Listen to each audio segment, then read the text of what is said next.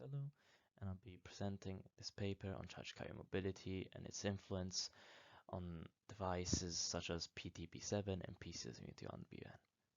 Now, this isn't only an analysis on these materials, it's an overview on what should be done with mobility and what are the main properties that affect it. So, now to begin with a general overview of what we'll be analyzing solar cells, and specifically organic ones. Organic solar cells are a variant that use polymers, and polymers are cheaper and can be bent. This is an important factor for solar cells as this can be used in a widely spread amount of surfaces or buildings, and due to the fact that they can be dyed or transparent, this improves the way they can be placed or um, used in a wide array of ways. Now, these are the positives. Now, going through the history of the negatives, we can see how the bottom right corner, these orangish um, graphs, it's the efficiency over the years, and we can see that with the maximum efficiency reaching 18.2%, the organic solar cells aren't the highest performing ones. But as we can see, the efficiency is linearly growing, and there's still room for improvement. But what is one of the biggest setbacks?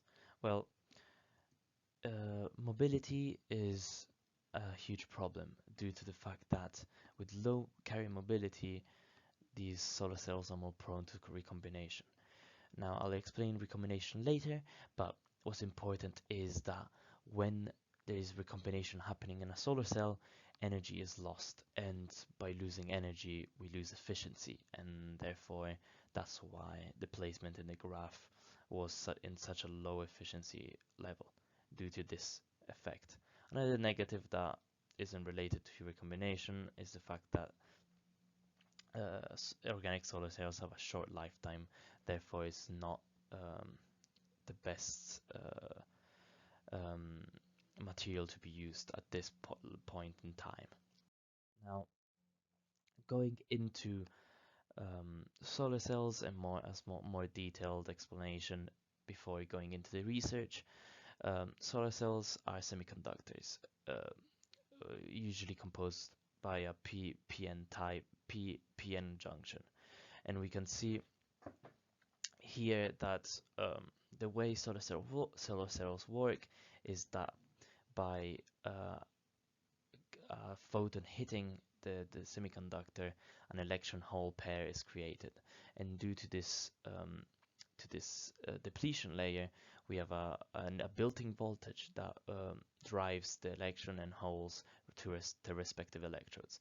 This is how solar cells generate energy, and the amount of spacing between the two layers here, um, so the band gap can affects what type of photon is accepted into the semiconductor.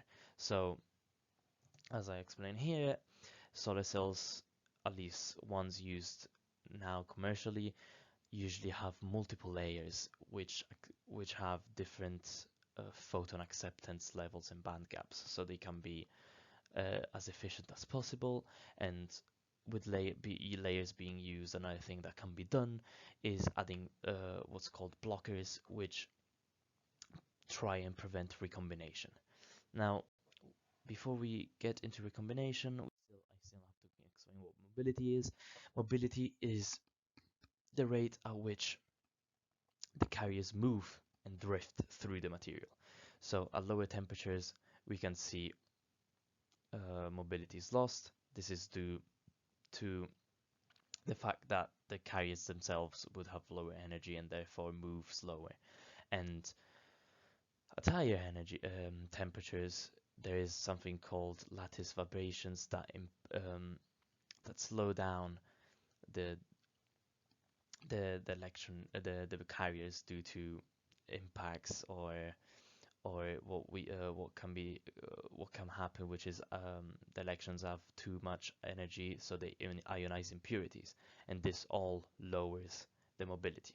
And another thing that can happen is if the material is too doped, what happens then is there's more recombination um, centers, so the electrons can stop, slow down, and lose energy by getting recombined. So now going towards the paper, this is the introduction area where um, uh, will be investigating PTB7, PC71PM, and the blend of the two materials. And how what we'll be doing, we'll be analyzing mobility and recombination. So recombination is when the electron hole pair or exciton, when a photon hits the semiconductor, what happens is they have a specific amount of time that it takes to get to their electrodes, and this is called extraction time. And if this pair isn't fast enough, what happens is they recombine, and therefore then they lose energy, um, and this can really impact the efficiency. So this first equation, this shows how um, the electron hole recombination rate is due to uh, the holes and electrons in the material. Then here in the density. Now the second equation, this is the Shockley red hole recombination rate, which is due to the amount of doping uh, into the material. And this third equation is the most important part, is the leftmost part, which is showing the extraction rate, the maximum one. So we can see how extraction rate is highly dependent on the mobility and field. So by increasing the mobility, what we'd have is a lower extraction rate, and therefore we would have lesser combination.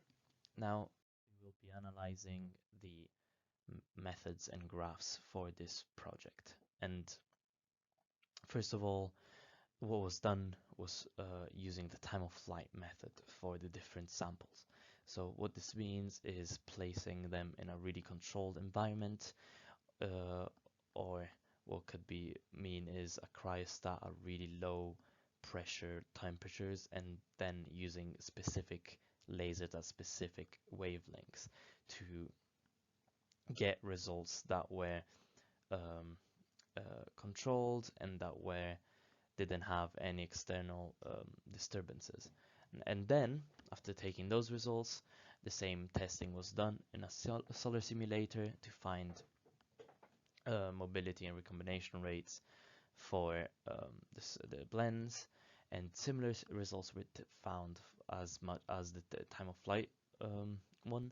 So it was decided that the results were correct, and we can see here the linear trend between electric fields and mobility, and how mobility increases as we increase the electric field.